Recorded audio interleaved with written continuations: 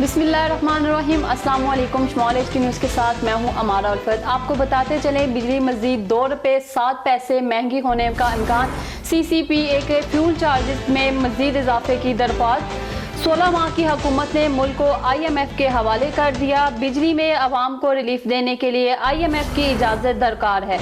निगरान वज़ीर इत्तलात मुर्तज़ा सोलंकी ने कहा कि IMF को ऑन बोर्ड लेकर फैसला करेंगे।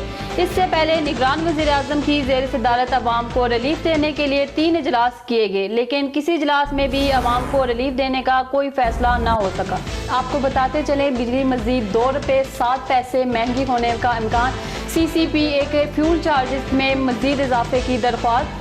16 माह की हुकूमत ने मुल्क को IMF के हवाले कर दिया। बिजली में आवाम को रिलीफ देने के लिए IMF की इजाज़त दरकार है।